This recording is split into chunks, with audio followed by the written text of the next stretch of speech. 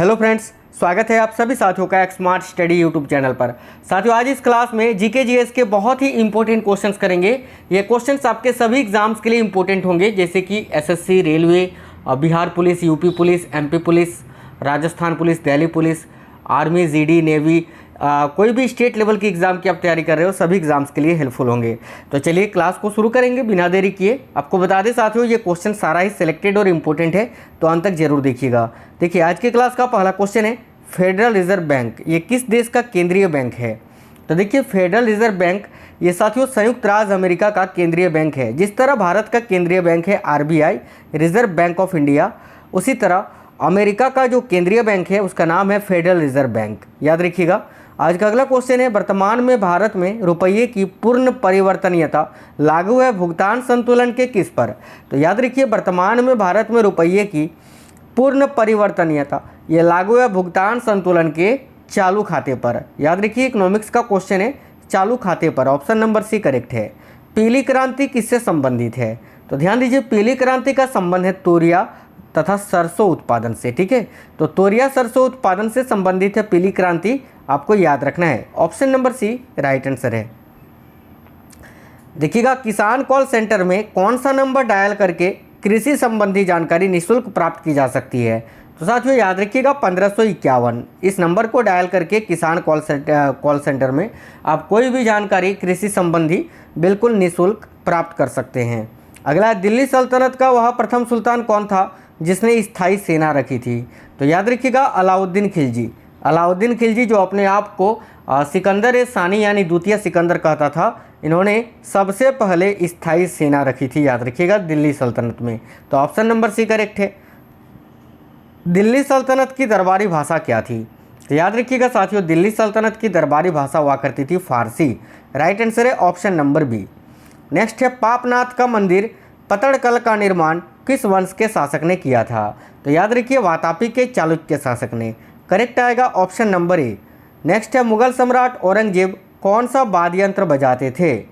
तो साथियों ध्यान दीजिएगा, मुगल सम्राट औरंगजेब ये कौन सा वाद्य यंत्र बजाते थे? तो वीणा। वीणा की बात करें तो वाद्य यंत्रों में सबसे पुराना वीणा ही है, याद रखिएगा, सबसे पुराना वाद्य यंत्र अगर आपसे पूछे तो वीणा। अगला है, निम्नलिखित में से किस भक्ति संत ने अपने संदेश के प्रचार के लिए सबसे पहले हिंदी भाषा का प्रयोग किया था? तो देखिए, आपको याद रखना है, रामानंद ने। ऑप्शन नंबर सी। कश्मीर पर लगभग 50 वर्षों तक शासन करने वाली रानी विद्या मूल रूप से किसकी राजकुमारी थी? तो याद रखिएगा, ओसनम स्मृति की, जिन्होंने लगभग कश्मीर पर 50 वर्षों तक शासन किया था, है ना। याद रखिएगा, रानी विद्या ये मूल रूप से कहाँ की राजकुमारी थी? तो याद रखिए, ओसनम स्मृति की। नेक्स्ट है, अशोक मेहता समिति किससे संबंधित है? तो देखिए, अशोक मेहता समिति का संबंध है पंचायती राज के गठन से। तो राइट आंसर आएगा ऑप्शन नंबर सी, पंचायती राज। योजना आयोग के प्रथम उपाध्यक्ष कौन थे? साथियों ध्यान दीजिएगा, योजना आयोग के प्रथम उपाध्यक्ष कौन थे? तो गुलजारी लाल नंदा। करेक्ट आएगा ऑप्शन नंबर बी। अगला क्वेश्चन है, निम्नलिखित में से किसकी नियुक्ति भारत का राष्ट्रपति करता है? तो ध्यान दीजिएगा, देखिए, भारत के महान्यायवादी, नियंत्रक एवं महालेखा परीक्षक और एक राज्य का राज्यपाल, इन सभी की नियुक्ति भारत के राष्ट्रपति करते हैं। तो राइट आंसर है ऑप्शन नंबर डी, उपयुक्त सभी की। अगला क्वेश्चन है, चित्रा उपन्यास किसके द्वारा लिखा गया है? तो देखिए, चित्रा उपन्यास के लेखक कौन है? तो रविंद्रनाथ टैगोर जी। याद रखिएगा, राइट आंसर है option number C, Rabindranath Tagore. किस इतिहासकार ने अकबर द्वारा प्रतिपादित दिन ए इलाही को एक धर्म कहा? तो याद रखिएगा, किस इतिहासकार ने? तो साथियों देखिए, राइट आंसर हो जाएगा आपका अबुल फजल ने। अबुल फजल ने दिन ए इलाही को एक धर्म कहा था। तैमूरलंग ने किस वर्ष में भारत पर आक्रमण किया था? तो याद रखिएगा, 1398 ईस्वी में। 1398 ईस्वी में तैमूरलंग ने भारत पर आक्रमण किया था। अगला है, सातवाहन या आंध्र सातवाहन वंश का संस्थापक कौन था? तो साथियों ध्यान दीजिएगा, सातवाहन या आंध्र सातवाहन वंश का संस्थापक कौन था? तो सिमुक। करेक्ट आएगा ऑप्शन नंबर ए। अगला है, तमिल काव्य का इलियड किसे कहा जाता है? तो देखिए, तमिल काव्य का इलियड किसे कहा जाता है? तो मणिमेकलाई को। करेक्ट आएगा ऑप्शन नंबर डी, मणिमेकलाई। याद रखिएगा। नेक्स्ट है, निम्नलिखित में से कौन सा बौद्ध पवित्र स्थल है जो कि निरंजना नदी पर स्थित है? तो ध्यान दीजिए साथियों, इनमें से कौन सा बौद्ध पवित्र स्थल है जो निरंजना नदी पर स्थित है? तो देखिएगा, आपको याद रखना है, बोध गया। करेक्ट आएगा ऑप्शन नंबर ए। नेक्स्ट है, धार्मिक कविताओं का संकलन कुरल ये किस भाषा में है? तो साथियों याद रखिए धार्मिक कविताओं का ये संकलन है कुरल, और ये किस भाषा में है? तो याद रखिएगा सभी साथी तमिल भाषा में। कौन सी भाषा में?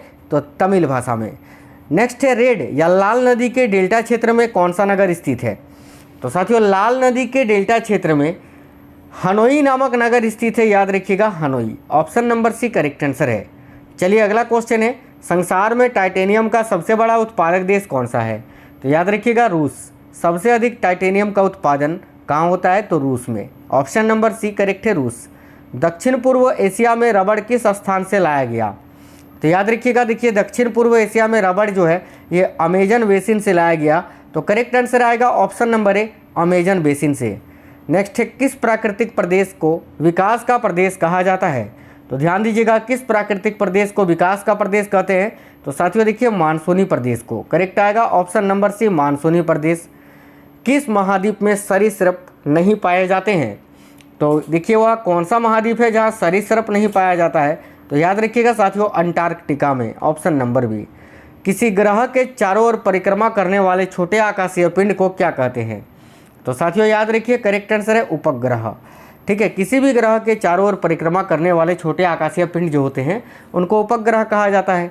श्री मोहम्मद हामिद अंसारी का भारत के उपराष्ट्रपति के रूप में क्रमांक कितनावा था? यानी मोहम्मद हामिद अंसारी जो है ये भारत के कितने नंबर के उपराष्ट्रपति थे? तो साथियों याद रखिएगा 12वें नंबर के। ठीक है, 12वें हामिद अंसारी, 13वें वेंकैया नायडू और 14वें अभी वर्तमान में कौन है? तो 14वें अभी वर्तमान में है श्री जगदीप धनखड़ जी। तो याद रखिएगा। चलिए अगला क्वेश्चन है, बीजक का रचयिता कौन है या कौन था? तो देखिए बीजक का रचयिता कबीर था, कबीरदास। ऑप्शन नंबर भी करेक्ट आएगा कबीरदास। अगला क्वेश्चन है 1665 में कौन सा प्रसिद्ध युद्ध हुआ था? तो देखिए 1565 में, माफ करना 1565 में कौन सा प्रसिद्ध युद्ध हुआ था? तो याद रखिएगा तालीकोटा का युद्ध। Option number D correct answer है। पानीपत का दूसरा युद्ध ये 1556 में हुआ था। ठीक है, और यहाँ 1565 है तो तालीकोटा का युद्ध हुआ था। चलिएगा आज का अगला क्वेश्चन है, संविधान भारतीय संविधान में राजनीति निर्देशक तत्व ग्रहण किए गए हैं कहाँ से? तो देखिए भारतीय संविधान में राज्य के नीति निर्देशक तत्व जो हैं ये आयरलैंड के संविधान से ग्रहण किए गए हैं। तो ऑप्शन नंबर भी करेक्ट है। पंजाब के प्रति व्यक्ति दूध की दैनिक उपलब्धता कितनी है? तो साथियों याद रखिएगा पंजाब के प्रति व्यक्ति दूध की दैनिक उपलब्धता 800 ग्राम है। करेक्ट आएगा ऑप्शन नंबर सी 800 ग्राम। सितंबर 1932 में पूना समझौता महात्मा गांधी व किन के बीच में हुआ था? तो देखिए राइट आंसर हो जाएगा महात्मा गांधी और बी.आर. अम्बेडकर के बीच में। Option number A. निम्न में से किस ग्रंथ में सर्वप्रथम देवकी के पुत्र कृष्ण का वर्णन किया गया है? तो याद रखिएगा छांदोग्य उपनिषद में। राइट आंसर है ऑप्शन नंबर बी। किस प्रतिहार शासक ने आदिवराह की उपाधि धारण की थी? ये क्वेश्चन बहुत ज़्यादा पूछा जाता है। याद रखिएगा किस प्रतिहार शासक ने आदिवराह की उपाधि धारण की थी? तो मिहिर भोज ने। करेक्ट है ऑप्शन नंबर सी मिहिर भोज। एक ही व्यक्ति को कितनी बार भारत का राष्ट्रपति बनाया जा सकता है? तो साथियों याद रखना है, देखिए एक ही व्यक्ति को कई बार भारत का राष्ट्रपति बनाया जा सकता है, अनलिमिटेड। अगला है, भारत के राष्ट्रपति निर्वाचित होने से पूर्व निम्न में से कौन उपराष्ट्रपति नहीं था? तो याद रखिएगा बहुत ही अच्छा क्वेश्चन है, देखिएगा ज्ञानी jail Singh.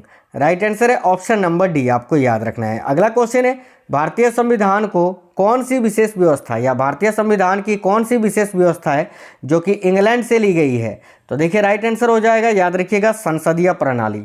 Option number A. ठीक है, बाकी संघीय प्रणाली ये कनाडा के संविधान से लिया गया है। मूल अधिकार और सर्वोच्च न्यायपालिका ये जो है यूएसए के संविधान से लिया गया है। चलिएगा आज का अगला क्वेश्चन है, भारतीय संविधान के अनुसार धन संबंधी विधेयक सर्वप्रथम कहाँ पेश किया जाता है?